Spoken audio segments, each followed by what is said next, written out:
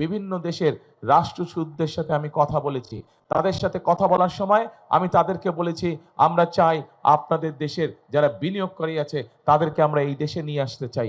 আমরা চাই এই দেশে এসে তারা মিল ফ্যাক্টরি তৈরি করুক, যাতে আমাদের দেশের যুবকদের, তরুণদের, আমাদের দেশের মেয়েদের, আমাদের দেশের বোনদের যাতে কর্মসংস্থানের ব্যবস্থা হয়। এবং প্রত্যেকটি দেশের রাষ্ট্রদূত আমার সাথে একমত প্রকাশ করেছে যে ইনশাল্লাহ নির্বাচন হয়ে গেলে বিএনপি যদি সরকার গঠন করে তাহলে তারা তাদের বিনিয়োগকারীদেরকে এই দেশে নিয়ে আসবে এবং মিল ফ্যাক্টরি কলকারখানা তৈরি হবে। আমরা প্রত্যেকটি ঢাকা শহর সহ প্রত্যেকটি জেলায় আমরা বিভিন্ন রকমের ভোকেশনাল ইনস্টিটিউশন এবং ট্রেনিং ইনস্টিটিউশন, টেকনোলজিক্যাল ইনস্টিটিউশন, আইটিতে আমাদের তরুণ সদস্যরা যারা কাজ করে তাদেরকে বিভিন্ন প্রকার ট্রেনিং দিয়ে আমরা দক্ষ কারিগর হিসেবে তাদেরকে গড়ে তুলতে চাই, যাতে করে এলাকার শিক্ষিত যেসব ছেলেরা আছে, মেয়েরা আছে, শিক্ষার আলোয় তারা আলোকিত হয়েছে, কিন্তু কর্মসংস্থানের অভাব রয়েছে, কিন্তু আমরা তাদেরকে বেকার থাকতে দিব না। সেটি দেশেই হোক বিদেশি হোক, তাদের জন্য আমরা কর্মসংস্থানের ইনশাল্লাহ ব্যবস্থা করব। প্রিয় ভাই বোনেরা, কাজেই এই জলাবদ্ধতা হোক, এই কর্মসংস্থানের অভাব হোক, সকল সমস্যাগুলো ধীরে ধীরে আমরা সমাধান করব ইনশাল্লাহ। দুর্নীতি থেকে কিছুকে নিয়ন্ত্রণ করতে হয়, দুর্নীতির করাল গ্রাস থেকে যদি দেশকে বের করতে হয়, দেশকে যদি আইন শৃঙ্খলা দেশে ফিরিয়ে নিয়ে আসতে হয়, একমাত্র সেই অভিজ্ঞতা প্রিয় ভাই বোনেরা একমাত্র বিএনপিরই আছে। বিএনপি নামক যে রাজনৈতিক দলটি তারই একমাত্র আছে। আজকে সেই জন্য এই যে 12 তারিখে নির্বাচন হবে, 12 তারিখে আজকে শুধু নির্বাচনে ভোট দিলেই চলবে না, সেই ভোটকে আমাদের পরিণত করতে হবে দেশ গঠনের নির্বাচনে।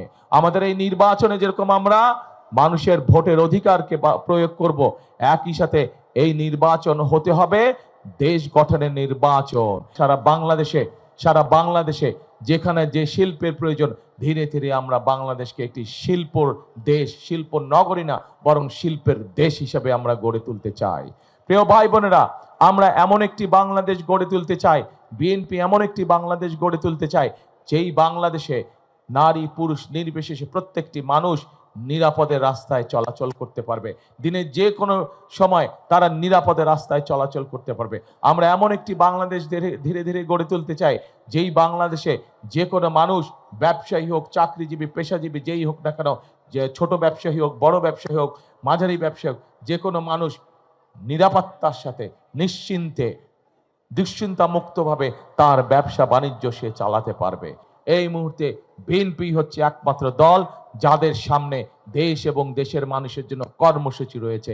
বিএনপি একমাত্র দল যাদের সামনে দেশ এবং দেশের মানুষের জন্য পরিকল্পনা রয়েছে, এবং বিএনপি একমাত্র দল যাদের দেশ চালানোর অভিজ্ঞতা এক নয় একাধিকবার, দুইয়েরও বেশি, তিনেরও বেশি অভিজ্ঞতা রয়েছে। কাজে যেই দলটির অভিজ্ঞতা কয়েকবার রয়েছে দেশ পরিচালনার জন্য, সেই দলটির কাছে দেশ এবং দেশের মানুষের ভবিষ্যৎ নিরাপদ থাকতে পারে।